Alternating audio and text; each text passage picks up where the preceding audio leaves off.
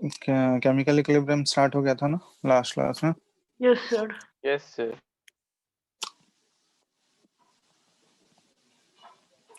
कहाँ तक हुआ था बताओ तो। वही पार्शियल प्रेशर, पार्शियल प्रेशर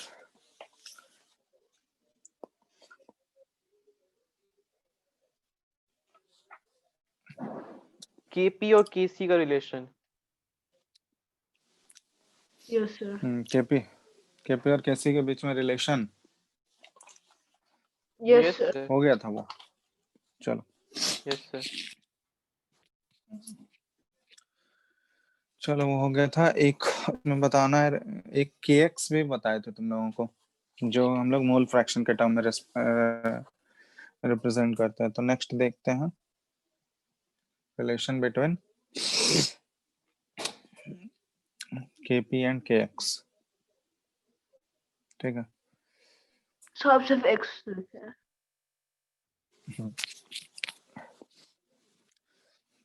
देखो इस टाइप का है कोई इक्वेशन, x ऑफ a, ये गैस है, और उसके बाद y ऑफ b, ये भी गैस है। ठीक है, इसके लिए अगर kp हम लोग रिप्रेजेंट करें तो kp क्या होगा, ये पार्शियल प्रेशर ऑफ b पे power y by partial pressure of a पे पावर x, ये होना चाहिए। और इसके अगर kx लिखोगे तो kx क्या आएगा, मोल फ्रैक्शन ऑफ b पे power y bye mole fraction of a पे पावर x होगा।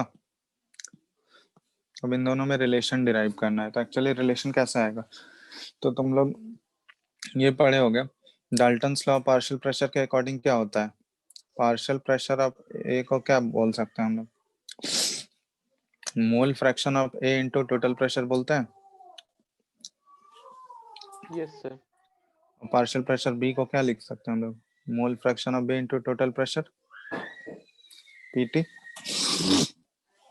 तो यही चीज हम लोग वहां पे रिप्लेस करेंगे, पी और पीबी के जगह पे ये चीज पुट करेंगे। तो यहाँ देखो केपी वाले इक्वेशन में केपी इज इक्वल टू क्या आ जाएगा, पीबी की जगह हम लोग पुट कर रहे हैं मोल फ्रैक्शन ऑफ बी और इनटू पी टोटल। तो मोल फ्रैक्शन ऑफ बी पे पावर वाई और पी टोटल पे भी power y by mole fraction of A पे power x by P total पे भी पावर एक्स, है ना। तो यहाँ देखो इसको हम लोग लिख सकते हैं KP is equal to mole fraction X पे पावर वाई है और मोल फ्रैक्शन ऑफ ए पे पावर एक्स है, तो उसको हम लोग के एक्स से रिप्लेस कर सकते हैं। और इनटू क्या हो जाएगा, पी टोटल और पी टोटल पे power Y minus X, del और एन ये जी। वाई और वाई माइनस एक्स क्या है यहाँ पे, डेल्टा एन जी। ठीक है, डेल एन जी यहाँ पे लिख सकते हैं हम लोग, that will be equal to Y minus X. तो इस चीज को यहाँ पे हम लोग पुट कर देंगे। तो ये रिलेशन क्या आ गया, के पी इज इक्वल टू के एक्स और इनटू पी टोटल और उस पर पावर डेल्टा एन जी। ठीक है, तो ये रिलेशन हो गया के पी और के एक्स के बीच में। ठीक है,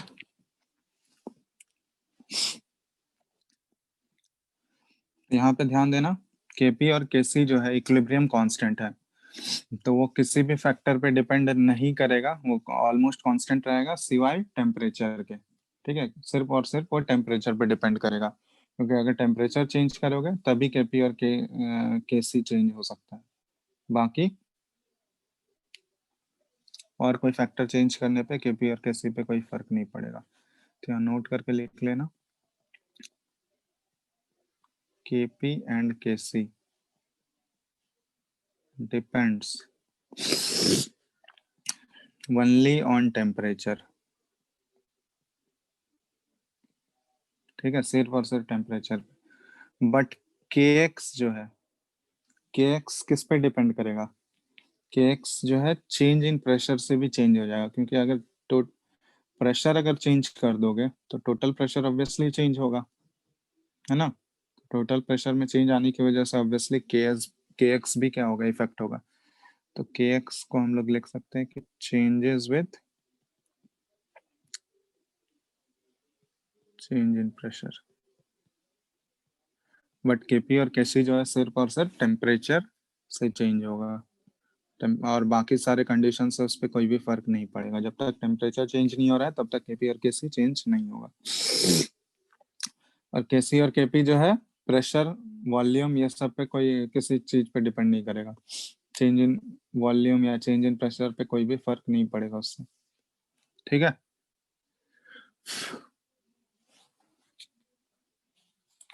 बात समझ में आया?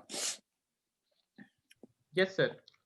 चलो, तो यह आ गया समझ में। तो इसमें एक टर्म आता है जिसको हम लोग बोलते हैं degree of dissociation. Degree of dissociation. Degree of dissociation का क्या मतलब हुआ? तो इसको डिफाइन किया जाता है, it is equal to the number of moles dissociated out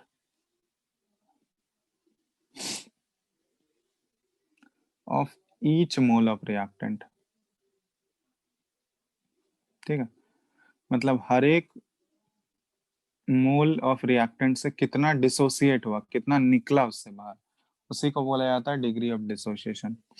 तो अगर इसको लिख सके हम लोग, डीओडी से रिप्रेजेंट करता है degree of dissociation, that is equal to, ये हो गया, ये कैसे निकाल सकते हैं हम लोग? तो नंबर ऑफ मोल्स डिसोसिएटेड, मतलब कितना मोल डिसोसिएट हुआ, by number of moles taken, मतलब जितना मोल्स लिए थे हम लोग उसमें से कितना डिसोसिएट हुआ, वही डिग्री ऑफ डिसोसिएशन। मतलब इसको दूसरे तरीके से डिफाइन करना चाहें तो हर एक मोल में कितना डिसोसिएट होता है उसी को बोला जाता है डिग्री ऑफ डिसोसिएशन।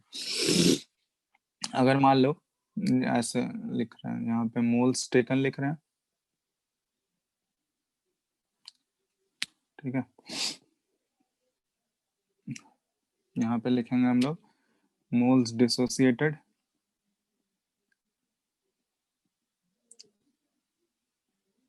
और यहाँ पे लिखेंगे डीओडी, डिग्री ऑफ डिसोसिएशन। तब मोल्स अगर 1 लिए तो मान लो 1 में x डिसोसिएट हुआ, तो डिग्री ऑफ डिसोसिएशन यहाँ पे कितना हुआ, बता दो। X x हो गया, ठीक है। 2 मोल लिए, सॉरी, जैसे मान लो यहाँ पे 1 ही मोल लेते हैं अभी, और इसमें अगर 2x डिसोसिएट हुआ 2x तो डिग्री ऑफ डिसोसिएशन हो गया 2x, ठीक है।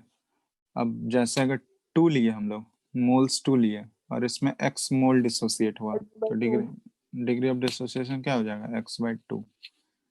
अगर 2 लिए हम लोग, मोल्स 2 लिए, और डिग्री ऑफ ये मोल्स डिसोसिएटेड अगर 2x ले लिए, तो डिग्री ऑफ डिसोसिएशन कितना हो जाएगा, X x हो जाएगा, ठीक है। तो ये चीज ध्यान रखना। इसी तरह अगर a लिए हम लोग और इसमें अगर ax मोल्स डिसोसिएट हुआ है, तो डिग्री ऑफ डिसोसिएशन कितना होगा, X x होगा, ठीक है। तो ये चीज ध्यान रखना है, हर एक मोल में, मतलब एक्चुअली डिग्री ऑफ डिसोसिएशन है क्या, मोल्स डिसोसिएटेड डिवाइडेड बाय कितना मोल्स हम लोग लिए थे, टोटल मोल्स टेकन, तो उसके हिसाब से हम लोग बोल सकते हैं। तो अगर डिग्री ऑफ डिसोसिएशन, अगर इसको उल्टा करके अगर तुमसे पूछा जाए, इफ डिग्री ऑफ डिसोसिएशन को अगर x एज्यूम कर लिया जाए, ठीक है, तो इसका मतलब क्या हुआ कि 1 मोल में कितना डिसोसिएट हो रहा है। अगर सिंपली तुमको पहले ही से ही बोल दिया कि डिग्री ऑफ डिसोसिएशन x है, तो अगर हम लोग 1 मोल लेंगे तो उसमें मोल्स डिसोसिएटेड कितना हो जाएगा, x हो गया। अगर हम लोग 2 मोल लिए तो इसमें मोल्स ऑफ डिसोसिएशन क्या होना चाहिए, मोल्स डिसोसिएटेड कितना होना चाहिए बताओ, 2x 2x। अगर इसी में अगर 3 ले लिया गया मोल्स, तो मोल्स डिसोसिएटेड कितना होना चाहिए अगर डिग्री ऑफ डिसोसिएशन x है तो? X. 3x। ठीक है, तो ये चीज ध्यान देना, अगर a लिए हैं तो मोल्स डिसोसिएटेड कितना हो जाएगा? ax हो जाएगा। तो ये हुआ डिग्री ऑफ डिसोसिएशन। अब इसमें बहुत जगह तुमसे परसेंटेज डिसोसिएशन भी पूछा जाएगा, परसेंटेज ऑफ डिसोसिएशन। तो परसेंटेज ऑफ डिसोसिएशन कैसे निकालते हैं हम लोग? जितना डिग्री ऑफ डिसोसिएशन आया उसको किससे मल्टीप्लाई कर दोगे? 100 से मल्टीप्लाई कर दोगे, ये परसेंटेज ऑफ डिसोसिएशन आ गया। ठीक है, तो सिंपल सा एक क्वेश्चन दे रहे हैं तुम लोगों को। क्वेश्चन है, कोई एक क्वेश्चन दिया हुआ है,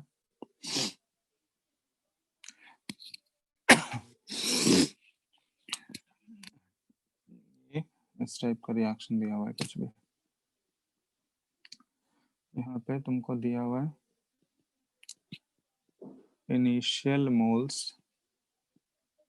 of A equal to 3 and if degree of dissociation is equal to x, calculate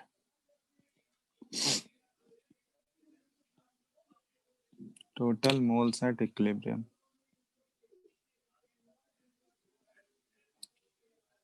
करो तो।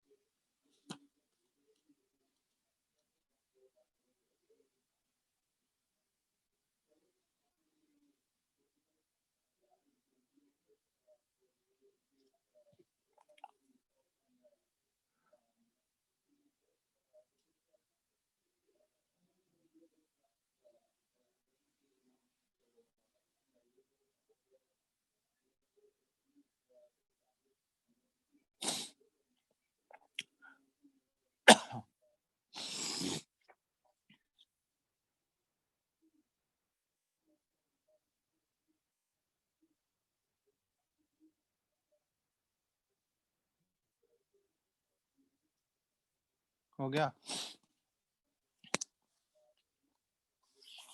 Hello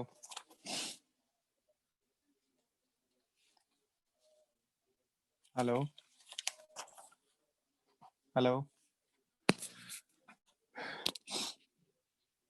Yes, sir. वाह, देखो आया कि नहीं कुछ, या बता दें एक? बता बता दीजिए दीजिए सर। सर। चलो देखो, इसमें ऐसे हम लोग एक टेबल टाइप का बनाते हैं। ठीक है, टेबल मतलब ऐसे इस फॉर्म में लिखते हैं जैसे ये क्वेश्चन दिया हुआ है ना।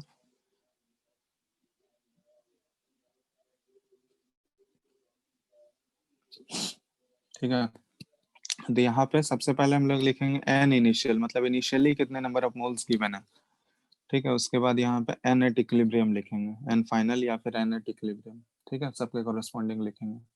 तो इनिशियली कितना नंबर ऑफ मोल्स दिया हुआ है? ए का नंबर ऑफ मोल्स दिया हुआ है 3, और तो बी और सी इनिशियली तो 0 0 है है ना। तो इसमें हम लोग 3x नहीं लेंगे। इनिशियल तो 3 दिया हुआ है ना, इनिशियली तो नंबर ऑफ मोल्स डायरेक्ट दिया हुआ है 3।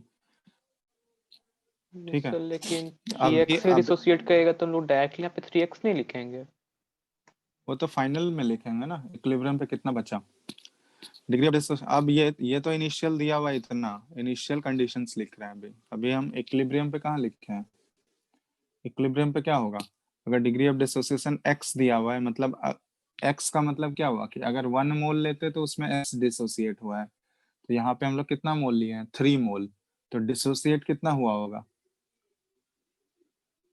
Dissociate 3x। कितना हो, 3x। तो अगर 3x डिसोसिएट हो गया तो बचा कितना इक्विलिब्रियम पे, 3 1 minus x। 3 माइनस 3x, इतना ही बचा।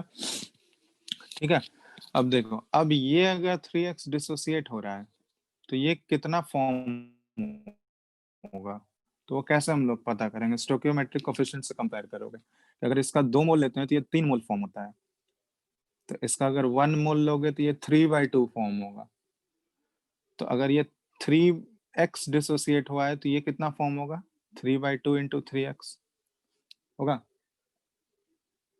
सर लेकिन जब A फुल्ली डिसोसिएट हो जाएगा तब जरूरी इक्विलिब्रियम आ जाएगा। फुल्ली डिसोसिएट कहाँ बोला जा रहा है यहाँ पे, तो फुल्ली डिसोसिएट होगा। पूरा पूरा तो डिसोसिएट कभी नहीं होगा ना, ये रिएक्शन कभी इसमें क्या बताएं, रिवर्सिबल है। इक्विलिब्रियम पे रिवर्सिबल है ना। तो यहाँ ऐसा थोड़ी कि 3 माइनस 3x ये इक्वल टू 0 है, ये दिया हुआ है क्या तुमको। सर लेकिन 3x ही ना डिसोसिएट करने वाला है क्योंकि इसका डिग्री ऑफ डिसोसिएशन 3 है, मतलब x है। डिग्री, हाँ, तो यहाँ x का वैल्यू तुमको थोड़ी, x का वैल्यू 1 थोड़ी दिया हुआ है, x इक्वल टू सर 1 है क्या। लेकिन डिग्री ऑफ डिसोसिएशन अगर x है तो फिर 3x से डिसोसिएट होना चाहिए ना, तो फिर सर ऐसा जरूरी कि जब 3x डिसोसिएट हो जाएगा तो उसके बाद इक्विलिब्रियम आ ही जाएगा। नहीं नहीं, वो इक्विलिब्रियम कंडीशन पे ही दिया गया है, ये डिग्री ऑफ डिसोसिएशन मतलब वो इक्विलिब्रियम, ये यहाँ लिख लो, ये क्लैरिफाई यहाँ कर लो, if degree of dissociation is at x at equilibrium. ठीक है, तो इक्विलिब्रियम कंडीशन के लिए ही दिया गया तुमको। ठीक है, तो यहाँ पे ये हम बता रहे हैं, देखो अगर ये 2 से 3 फॉर्म होता है तो 1 से कितना फॉर्म होगा, 3/2। तो ये 3x अगर डिसोसिएट कर रहा है तो 3x से ये कितना फॉर्म होगा, 3/2 इंटू 3x। ये किसके लिए बात की हम लोग, b के लिए। उसी तरह c को कंपेयर करेंगे तो 2 से ये 1 फॉर्म हो रहा है c, तो 1 से होगा 1/2 1/2, और यहाँ 3x से कितना फॉर्म होगा ये 1/2 इंटू 3x। ठीक है सॉरी, समझ में आ रहा है।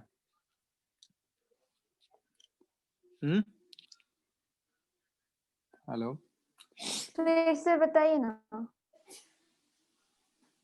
क्या मोल कॉन्सेप्ट पढ़े हो ना, तो वैसे ही अप्लाई कर रहे हैं, यूनिटरी मेथड अप्लाई कर रहे हैं।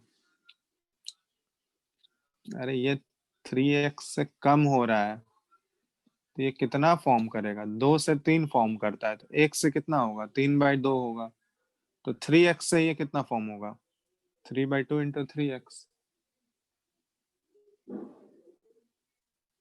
उसी तरह c को कंपेयर कर लो, देखो यहाँ पे 2 है, यहाँ पे 1 है, तो 2 से ये 1 फॉर्म होता है, 2 मोल से 1 मोल, तो 1 से 1/2 होगा, 3x से कितना होगा, 1/2 इंटू 3x। ठीक है, आया समझ में बात।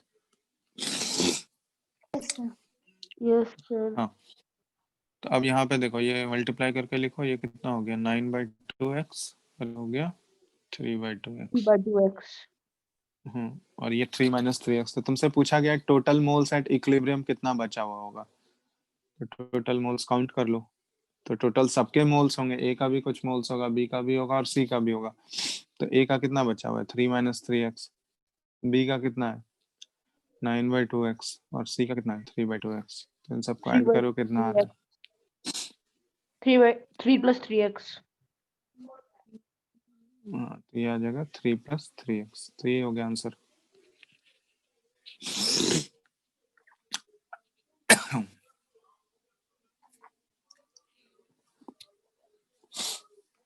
ठीक है, बात समझ में आया ना, कैसे करेंगे compare? Yes sir.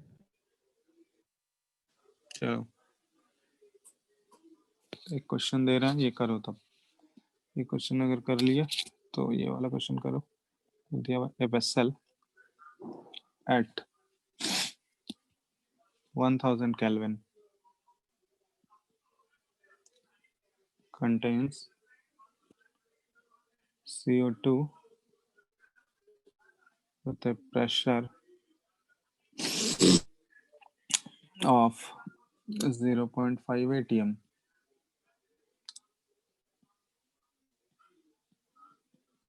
Some of the CO2 is converted into CO on addition of graphite.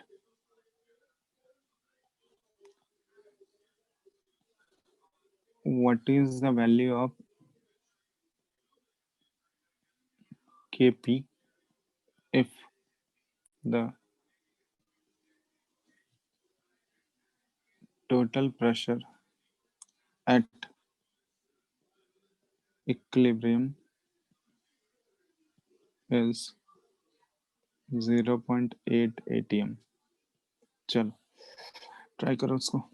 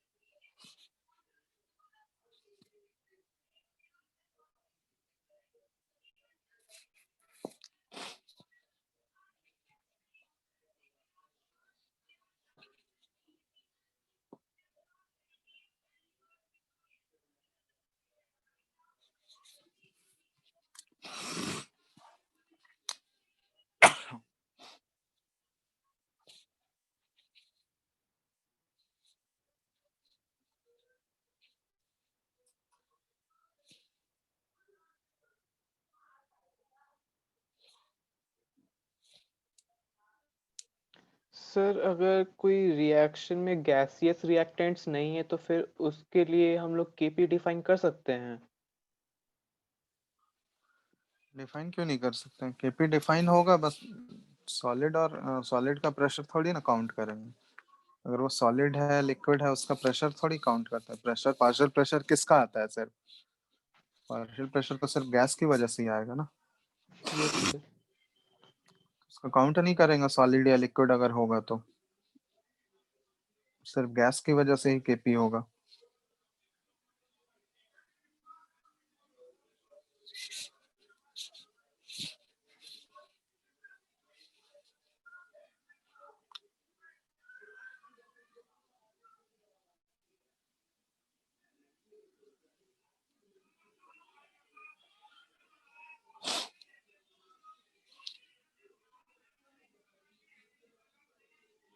9/35 हाँ 9/35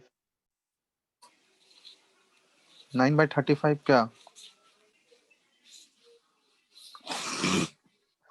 सर 9/35 नहीं, क्या किस चीज का वैल्यू बोल रहे हो? KP? Sir KP So 1.8.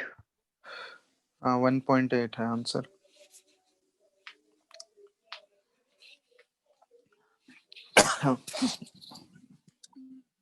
One point eight ATM हो जाएगा ना। यूनिट तुम लोग को बता ही चुके हैं केसी और केपी का कैसे निकालेंगे। देखो यहाँ पे क्या बोला जा रहा है, CO2 है गैस और इसमें थोड़ा अमाउंट ग्राफाइट डाला गया, तो ग्राफाइट तो कार्बन का ही फॉर्म होगा, सॉलिड फॉर्म, और ये किसमें Yes, sir. कन्वर्ट होगा, तो 2CO, CO. और ये गैस ही होगा।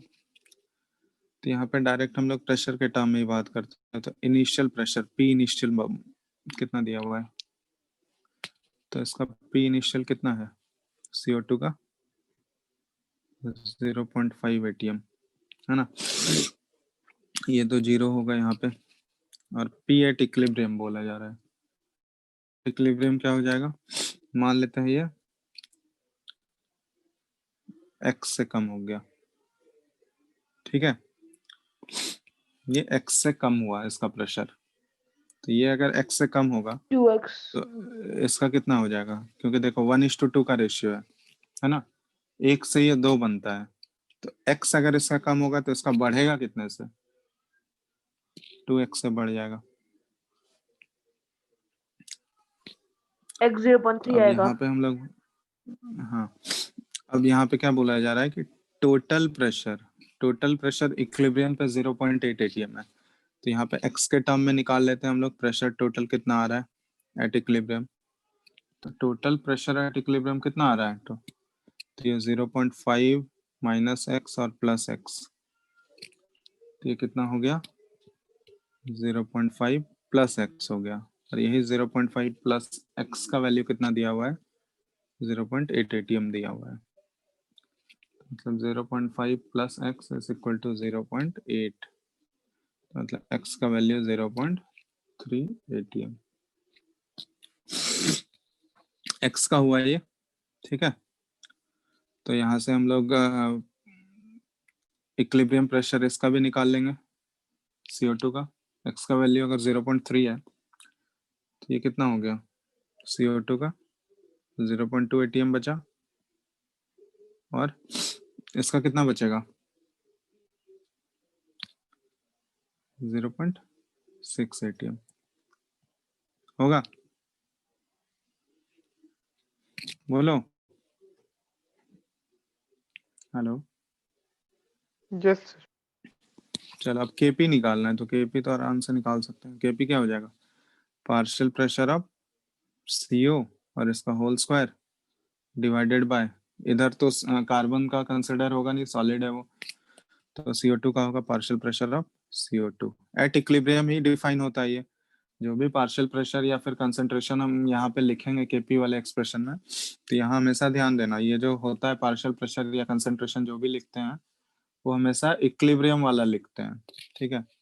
तो पार्शियल प्रेशर ऑफ CO कितना है इक्विलिब्रियम पे 0.6 है, इसका होल स्क्वायर, यहाँ पे 8 यूनिट भी देख लो तो ये ATM का होल स्क्वायर हो जाएगा, by partial pressure of CO कितना है इक्विलिब्रियम पे 0.2, और ये यहाँ पे ATM कैंसिल आउट हो गया, ये हो गया 0.6 इंटू 0.6 बाई 0.2 ATM, तो ये कितना हो जाएगा, तो ये 3 टाइम कट गया एक बार, और ये 1.8 ATM, तो KP का वैल्यू हो गया 1.8।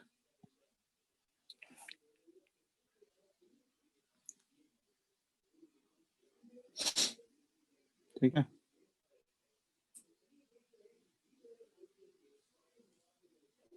हेलो, आ रहा है समझ में, हेलो, Yes.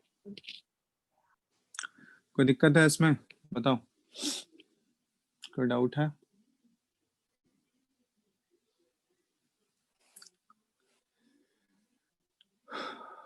बोलो। हेलो।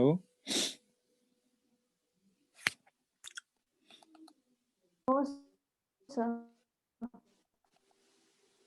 चलो तो हम लोग देखते हैं अब आगे। इसमें नेक्स्ट देखते हैं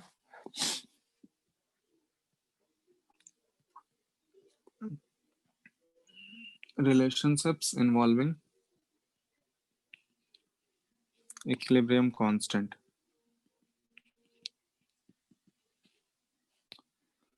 relationships involving equilibrium constant, ठीक है। equilibrium constant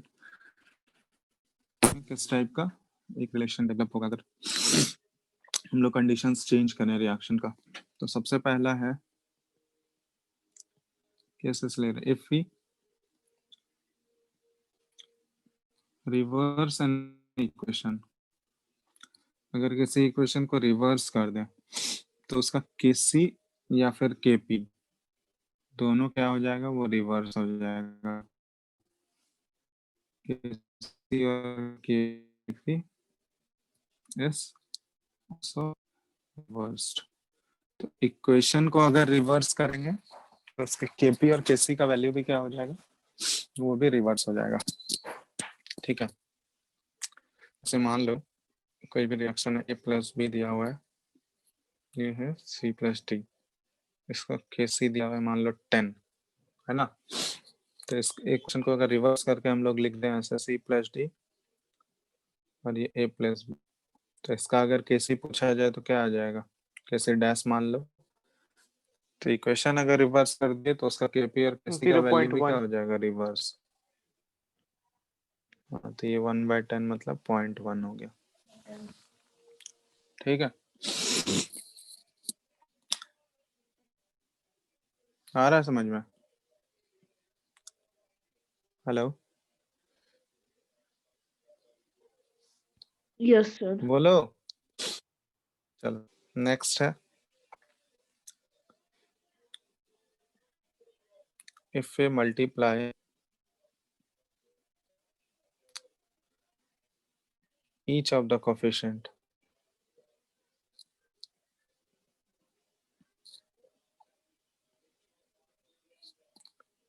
in a balanced equation, मान लो वो पहले से बैलेंस्ड इक्वेशन है और उसमें हम लोग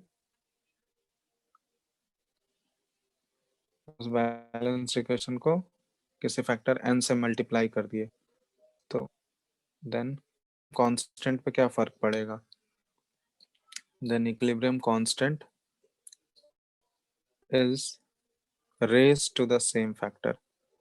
तो उसके ऊपर पावर जो हो जाएगा ना, वही n से अगर मल्टीप्लाई कर रहे हैं तो उस पे पावर n हो जाएगा, raised to the same factor. ठीक है, ये चीज ध्यान देना। जैसे मान लो अगर कोई इक्वेशन लिखा है, ये इस टाइप का इक्वेशन है, हाफ n2 और प्लस हाफ O2, ये है NO। मान लो इसके लिए केसी 5 दिया हुआ है इस इक्वेशन के लिए, तो यहाँ पे मान लो इसको अगर हम लोग 2 से मल्टीप्लाई कर दिए, तो 2 से मल्टीप्लाई कर दिए तो N2 plus O, sorry O2 है, ये हो जाएगा 2NO। तो इसके लिए अगर किसी डैश पूछा गया तो ये क्या हो जाएगा, 2 से मल्टीप्लाई कर रहे हैं तो इसका इक्विलिब्रियम कांस्टेंट उस पे पावर 2 हो जाएगा, तो मतलब इसके लिए क्या हो गया, 5 स्क्वायर, ये 25 हो गया। समझ में आ रहा है बात। इसको प्रूव भी कर सकते हो तुम लोग खुद से। Yes sir. कर सकते हो या नहीं प्रूव, सिंपल है, इसमें कुछ है नहीं, वो तो देख के ही पता चला होगा। पावर 2 हो जाएगा तो सारे में पावर होगा ना, किसी एक पर्टिकुलर में होगा नहीं, और वो कॉमन जब लोगे तो उस पे ओवरऑल पावर बन जाएगा किसी पे। यही चीज अगर हम लोग मल्टीप्लाई यहाँ पे कर रहे थे, अगर यही चीज अगर हम लोग किसी नंबर n से डिवाइड कर दें तो फिर क्या फर्क पड़ेगा, n से किसी उसका nth बैलेंस रूट इक्वेशन बन में जाएगा। किसी सर्टेन नंबर से अगर हम लोग उसका nth रूट बन जाएगा। ठीक है, जैसे n पावर जा रहा है मल्टीप्लाई करने पे, और अगर डिवाइड कर दें हम लोग तो वो उसका उतना रूट हो जाएगा। जैसे मान लो यहाँ 2 से मल्टीप्लाई कर रहे थे तो स्क्वायर जा रहा था, 2 से अगर डिवाइड कर देते तो स्क्वायर रूट हो जाता। आया समझ में बात? इस टाइप का जैसे ये देख लो 2SO2 प्लस O2 तो ये 2SO3 है। इसके लिए इफ हम इसको 2 से डिवाइड कर दिए तो ये बना, तो इसके लिए केसी डैश क्या हो जाएगा? 2 से डिवाइड किए तो क्या हो जाएगा? √25। तो इसके लिए केसी कितना होगा? ये 5 हो गया। ठीक है,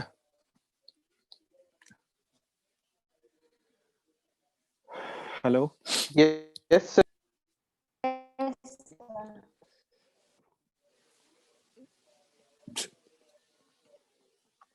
इसमें एक पॉइंट है, when we combine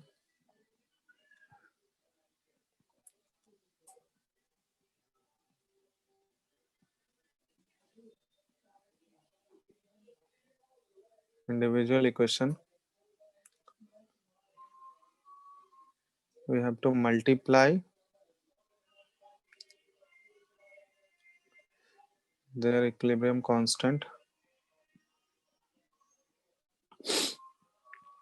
for net reaction। ठीक है, जैसे मान लो ये इस टाइप का कंडीशन दिया हुआ है, ए बी के साथ इक्विलिब्रियम में है, उसके बाद बी जो है ये सी के साथ इक्विलिब्रियम में है, और सी जो है ये डी के साथ इक्विलिब्रियम में, और इसका इक्विलिब्रियम कांस्टेंट K1 K2 और K3 इस टाइप का दिया हुआ है। अब अगर तुमसे पूछा जाए कि इक्विलिब्रियम कांस्टेंट ए से डी के बीच का निकालना है, ए से डी के बीच का इक्विलिब्रियम कांस्टेंट क्या होगा, तो इक्विलिब्रियम कांस्टेंट के इसके लिए क्या हो जाएगा? तो ये इन तीनों का K1 Sum. into सम होगा या प्रोडक्ट होगा? प्रोडक्ट हो जाएगा ना।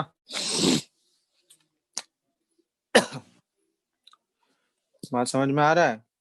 तो प्रोडक्ट की ये होगा डिराइव भी कर K1 सकते into K2 का होल ये- स्क्वायर। Whole square.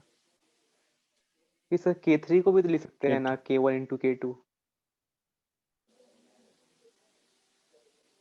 नहीं सर, नहीं सर। K3 को नहीं, हम ए और डी के बीच का इक्विलिब्रियम देख रहे हैं ना।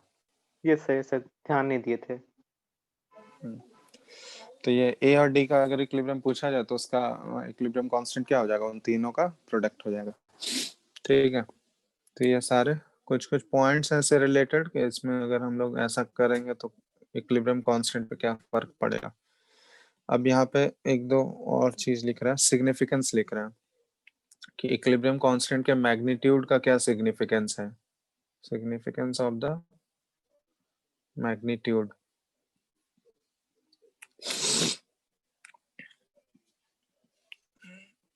Of equilibrium constant. ठीक है, तो क्या सिग्निफिकेंस होगा? तो पहला पॉइंट ये लिख लेना कि ए वेरी लार्ज वैल्यू। ठीक है, अगर केसी या केपी का बहुत ही लार्ज वैल्यू दिया हुआ है,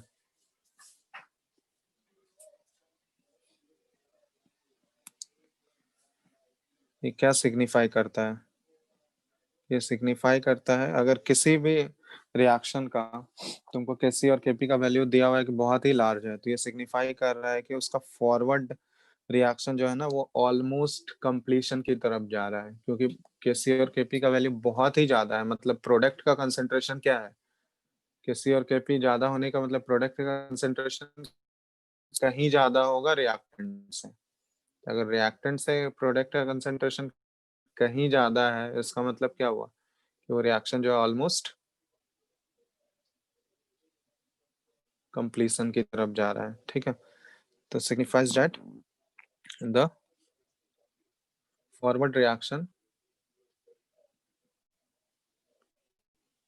गोस टू कंप्लीशन। मतलब एग्जैक्टली कंप्लीट नहीं होगा और वेरी नियरली।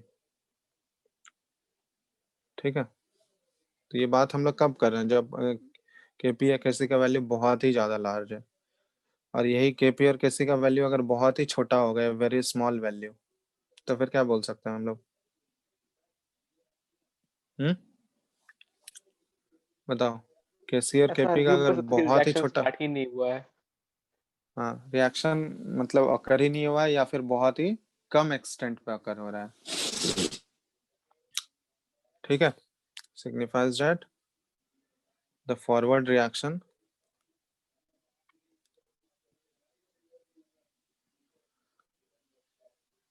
does not, ऐसे लिख लो,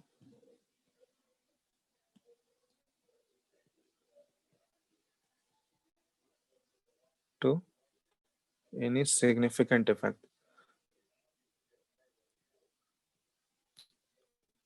does not occur to any significant effect, ये हो गया। और कोई भी रिएक्शन जो इक्विलिब्रियम पे तभी पहुंचेगा इन विच, तो इक्विलिब्रियम पे अगर पहुंच रहा है इसका मतलब उसका केपी का वैल्यू या केसी का वैल्यू जो है ना तो बहुत ज्यादा बड़ा है और ना ही बहुत ज्यादा छोटा है, ठीक है। तो ये चीज होगा कि अगर कोई भी रिएक्शन इक्विलिब्रियम स्टेब्लिश हो रहा है उस रिएक्शन में, तो उस रिएक्शन का केपी जो होगा या केसी जो होगा, इक्विलिब्रियम कांस्टेंट जिसको बोलते हैं, वो ना तो बहुत ज्यादा हाई होगा ना बहुत ज्यादा लो होगा, ठीक है, उसका इंटरमीडिएट होगा, मतलब उस बीच का कुछ होगा वैल्यू। अब वो कितना बीच होगा वो ऐसे हम लोग डिफाइन नहीं कर सकते हैं, ठीक है।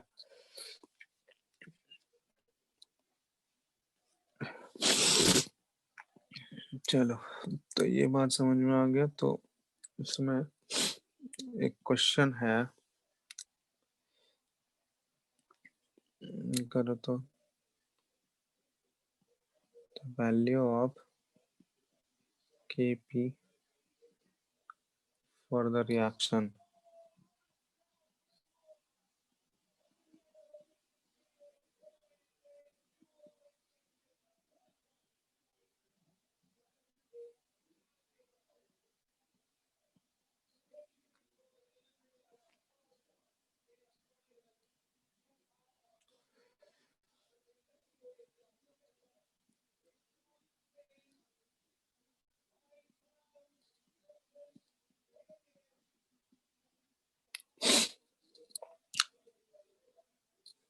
(0.035 atm at 400), yes, when the partial pressures are expressed in atmosphere, ठीक है, एटीएम में, मतलब एटीएम में एक्सप्रेस किया जा रहा है। कैलकुलेट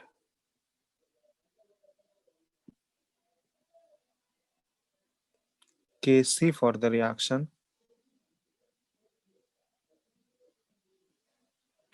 और ये रिएक्शन है half O2 gas plus 2 HCl gas, Cl2 gas और प्लस H2O गैस।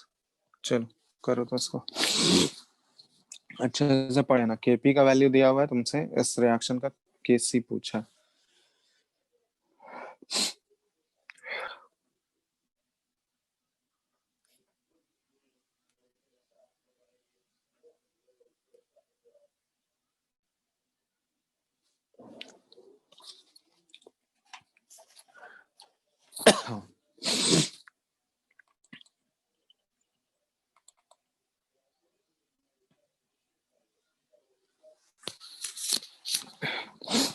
दिख रहा है ना स्क्रीन? Hello, yes sir. चलो बनाओ जल्दी।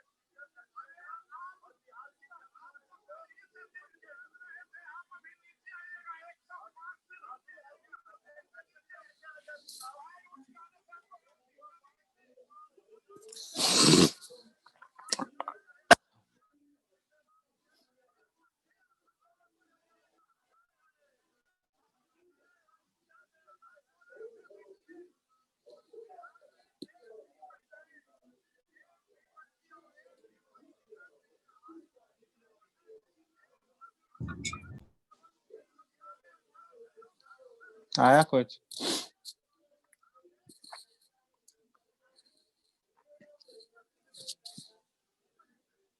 सर 39.5 के राउंड आ रहा है। कितना? 39.5 के राउंड। 39.7 के आसपास आएगा। ठीक है, हो गया ना? किसी को डाउट है इसमें? पहले केपी और केसी के रिलेशन से पहले केसी ही निकाल लो इस इक्वेशन का। केपी दिया हुआ है तुमको, इस इक्वेशन का तुम केसी निकाल लो। तो केसी निकाल लोगे, केसी कैसे निकालोगे? KP is equal to KC into R T पे पावर डेल्टा एन जी। पहले वही किया हो ना, केसी निकाल के। उसके बाद अब यस क्या सर। करना है तुम? उसके बाद ये इक्वेशन अगर ऑब्जर्व करोगे तो ये देखोगे इसका रिवर्स है, मतलब ये जो दिया गया है उसका रिवर्स है और उसका हाफ किया गया है। वही है ना?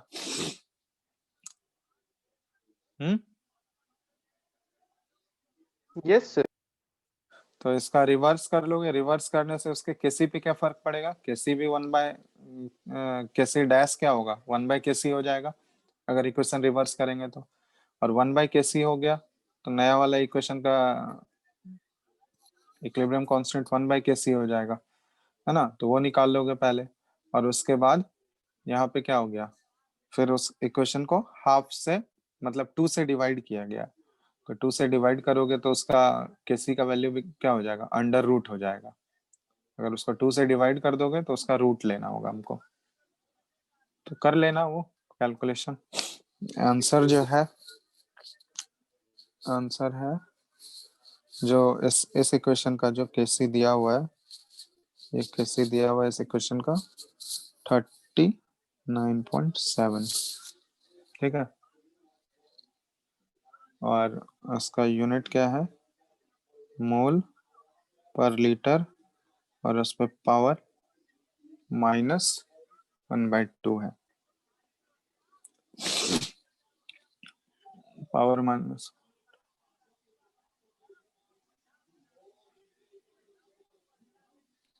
ठीक है। हेलो,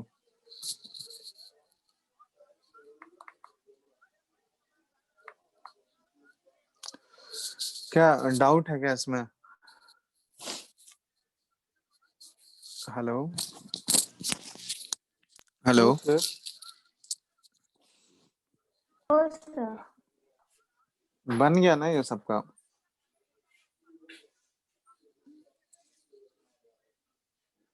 हेलो,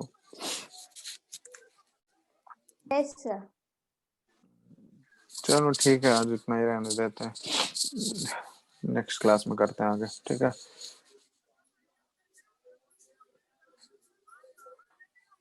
यहाँ तक करो, नेक्स्ट क्लास में हम वो फैक्टर्स वाला पार्ट करेंगे, कौन कौन से फैक्टर्स होंगे इक्विलिब्रियम कांस्टेंट को अफेक्ट करेंगे, और उसके बाद ली चैटलियर्स प्रिंसिपल होगा नेक्स्ट टॉपिक। ठीक है, हेलो। सर कितना लेक्चर्स लगेगा इसका केमिकल इक्विलिब्रियम का? नहीं लगेगा, ली चैटलियर्स प्रिंसिपल ही मेन है, मतलब उसमें 2 लेक्चर लिख लो, 4 लेक्चर, 4 से 5 लेक्चर। और आयनिक में? आयनिक में तो टाइम लगेगा, आयनिक लंबा है थोड़ा। ठीक है, उसमें टाइम लगेगा, पहले स्टार्ट होने दो, ये तो सर छोटा है आयनिक में थोड़ा। वही सब रहता है, पीएच वगैरह। हाँ हाँ, वो सारा चीज आयनिक में, वो लंबा है, उसमें टाइम लगेगा बहुत।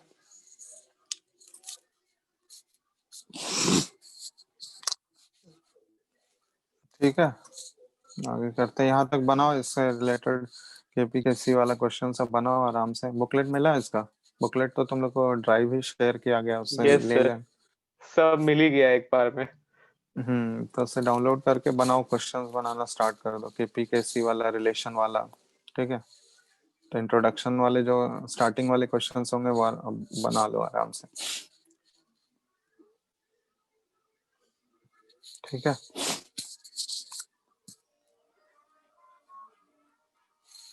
Thank you sir. Thank you, sir. चलो, thank you. Thank you, sir.